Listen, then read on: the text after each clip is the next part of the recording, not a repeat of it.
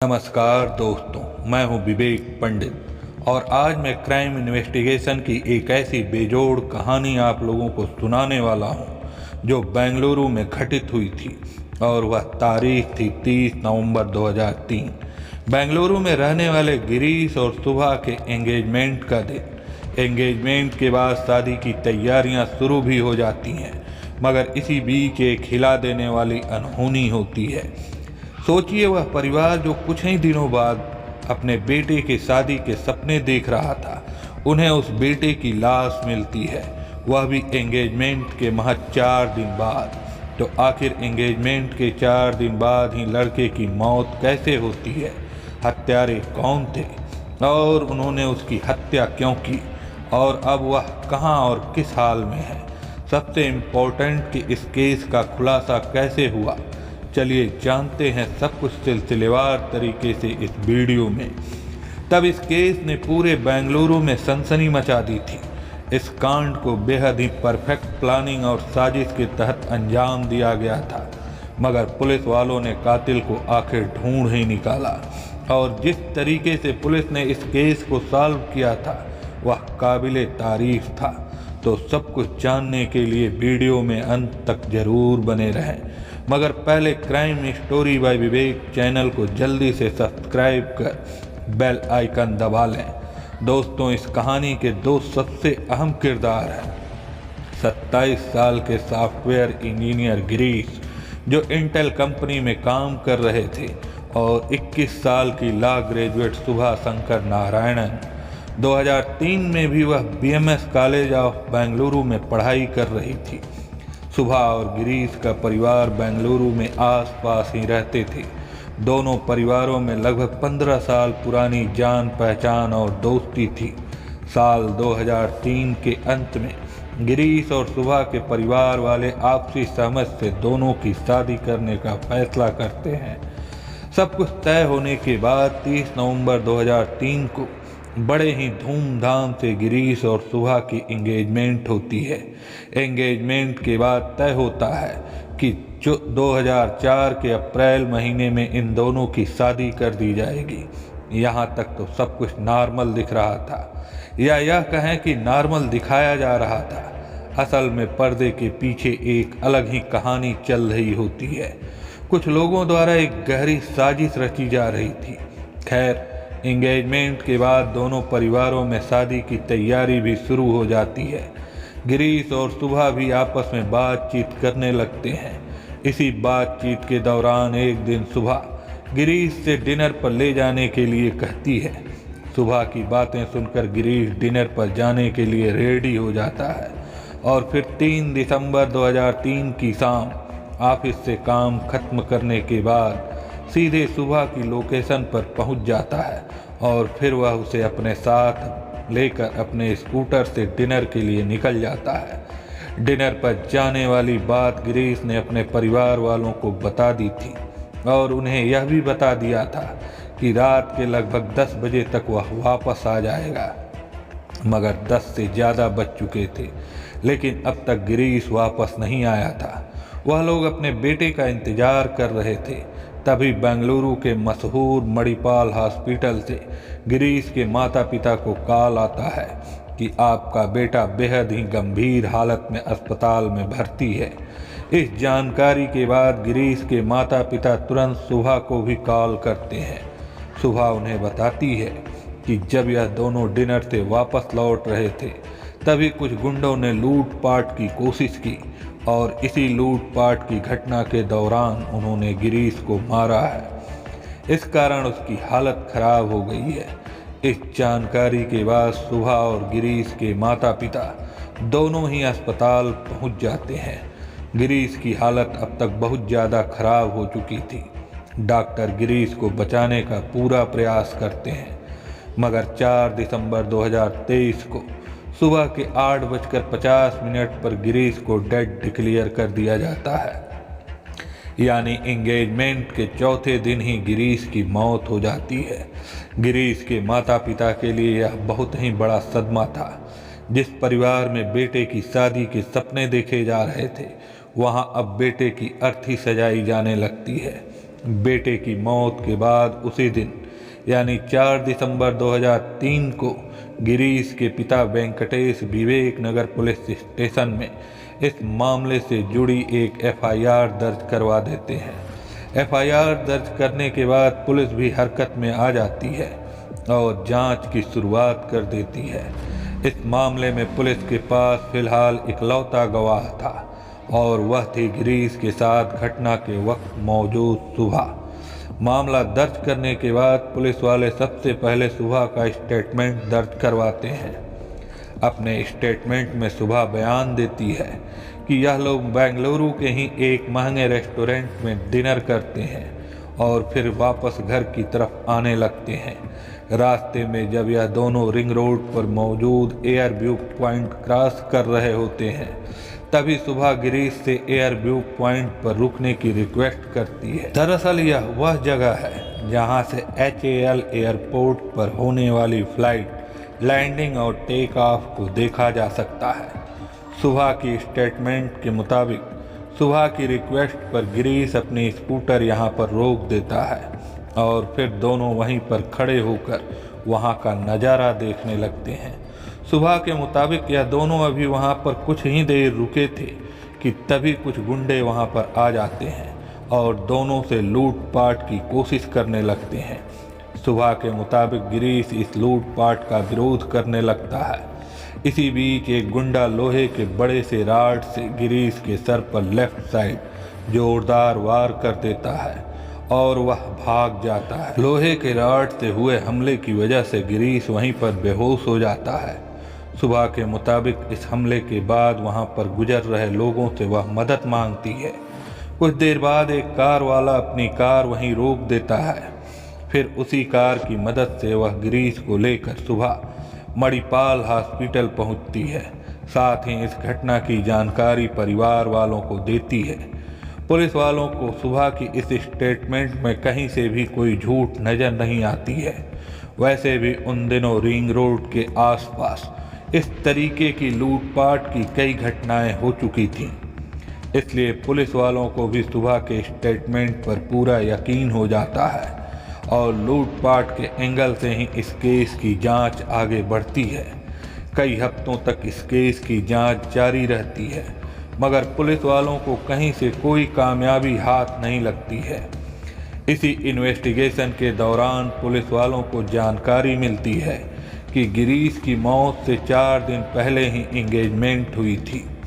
अब मामले को और बारीकी से समझने के लिए पुलिस वाले गिरीश और सुबह की एंगेजमेंट का वीडियो देखने का फैसला करते हैं। इस एंगेजमेंट वीडियो को देखने के दौरान एक सीनियर पुलिस ऑफिसर नोटिस करते हैं कि पूरी वीडियो में सुबह कुछ ज़्यादा ही गुमसुम और खोई खोई सी लग रही है। वह यह भी नोटिस करते हैं कि अस्पताल और पूछताछ के दौरान भी सुबह का व्यवहार कुछ अलग ही लग रहा था। अजीब व्यवहार की वजह से पहली बार इस घटना की शक की सुई सुबह की तरफ जाती है। फिर भी पुलिस वाले जल्दीबाजी में कुछ भी करने से पहले अपनी जांच का दायरा बढ़ाते हैं। 2003 के आसपास मोबाइल फ़ोन आज की तरह कॉमन नहीं थे और तब किसी भी पुलिस जांच में अमूमन कॉल डिटेल या CDR निकलवाने का चलन भी नहीं था। फिर भी पुलिस वाले इस केस को सॉल्व करने के लिए सुबह के कॉल डिटेल्स को जांचने का फैसला करते हैं। जब पुलिस वालों को सुबह की कॉल डिटेल्स मिलती है तो पता चलता है कि एक नंबर पर वह बहुत ज़्यादा बात कर रही थी। इतना ही नहीं, घटना वाले दिन यानी 3 दिसंबर 2003 को उसने एक नंबर पर कम से कम 73 बार यानी 73 बार कॉल किया था और सैकड़ों बार मैसेज भेजे गए थे। पुलिस वाले जब इस नंबर की जानकारी निकलवाते हैं तो पता चलता है कि यह नंबर किसी अरुण वर्मा नाम के लड़के का है। अरुण वर्मा के बारे में और जानकारी निकाली जाती है तो पता चलता है कि अरुण वर्मा भी BMS कॉलेज में लॉ के फर्स्ट ईयर का स्टूडेंट है। कॉलेज में वह सुबह से 2 साल जूनियर था। अब पुलिस वाले कॉलेज में जाकर जानकारी इकट्ठी करना शुरू करते हैं। जांच के दौरान पुलिस वालों को इन दोनों के कुछ दोस्तों से पता चलता है कि असल में सुभा और अरुण एक दूसरे को प्यार करते हैं। इतनी जानकारी निकलकर सामने आने के बाद पुलिस वाले अब अपनी जांच आगे बढ़ाते हुए कॉलेज से अरुण वर्मा को पूछताछ के लिए हिरासत में लेते हैं। पूछताछ के दौरान अरुण वर्मा बताता है कि इन दोनों की दोस्ती जरूर है, मगर गिरीश के साथ हुई घटना से उसका कोई लेना देना नहीं है। अरुण वर्मा यह भी बताता है कि वह घटना वाले दिन बेंगलुरु में था ही नहीं। पुलिस वालों के पास अरुण वर्मा के खिलाफ बहुत ज़्यादा सबूत नहीं थे, इसलिए शक होने के बावजूद अरुण वर्मा को कुछ ही देर की पूछताछ के बाद छोड़ दिया जाता है, मगर पुलिस वाले उस पर नज़र रखना जारी रखते हैं।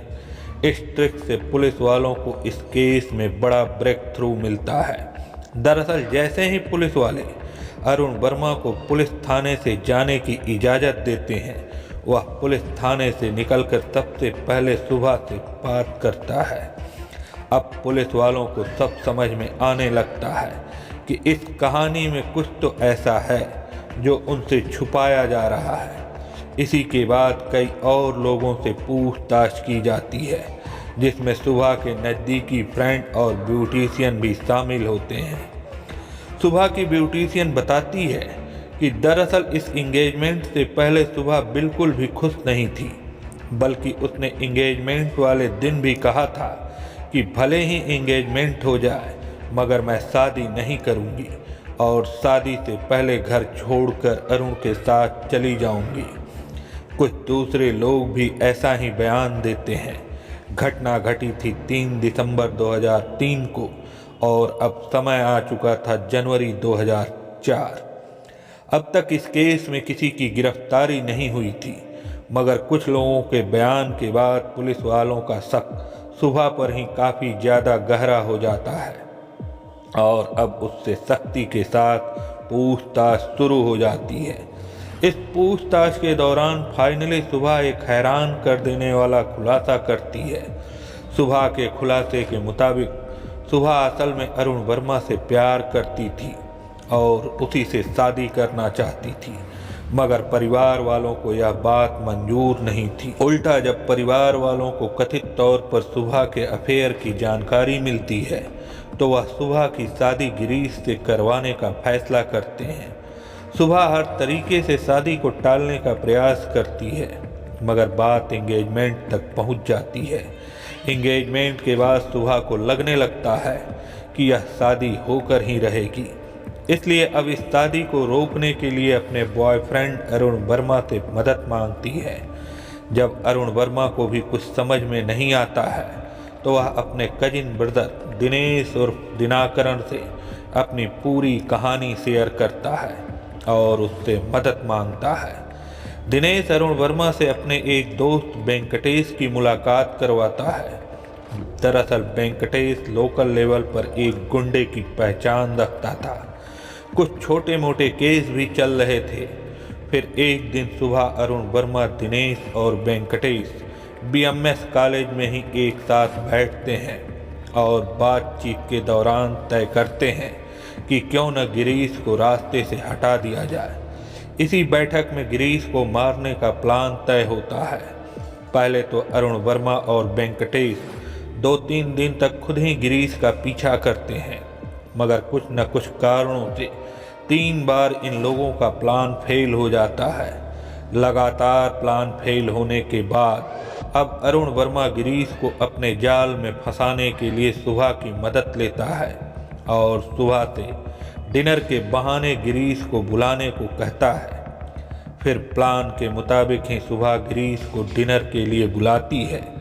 फिर जब यह लोग वापस लौट रहे होते हैं तभी साजिश के तहत सुबह गिरीश से फ्लाइट की लैंडिंग और टेक ऑफ देखने के बहाने एयर व्यू पॉइंट के पास रुकने की रिक्वेस्ट करती है।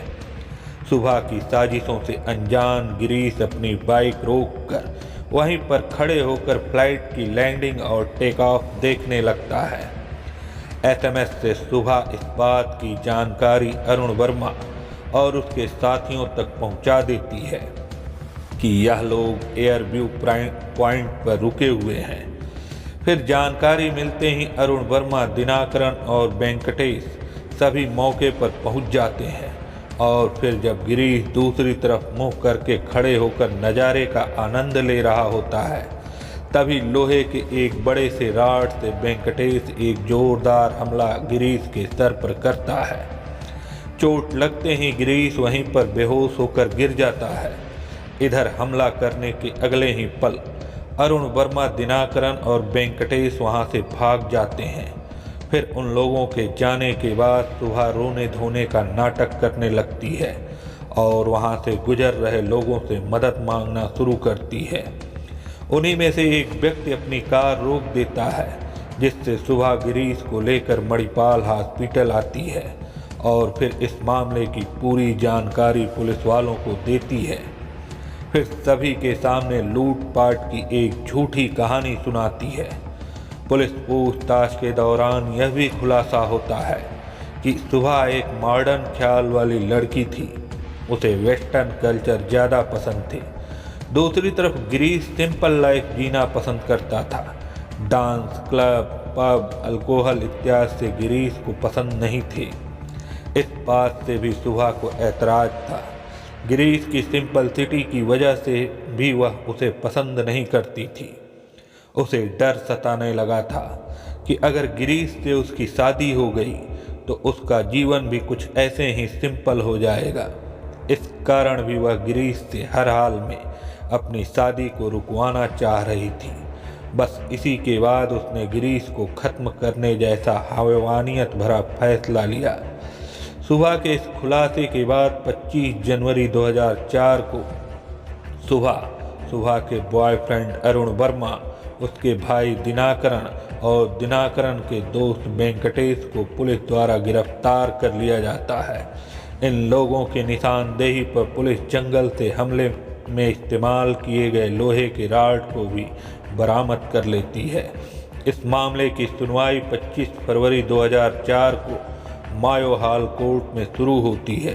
हालांकि कुछ ही दिनों बाद इस केस की सुनवाई बंद हो जाती है और पूरे मामले को ठंडे बस्ते में डाल दिया जाता है। गिरीश के पिता अकेले बेटे को इंसाफ दिलाने की लड़ाई लड़ते रहते हैं, मगर 2-3 सालों तक इस केस में कोई सुनवाई नहीं होती है। इसी बीच 18 दिसंबर 2007 को अचानक हार्ट अटैक की वजह से गिरीश के पिता की भी दुखद मौत हो जाती है। गिरीश के पिता की मौत के बाद मीडिया में जुडिशरी की किरकिरी होती है।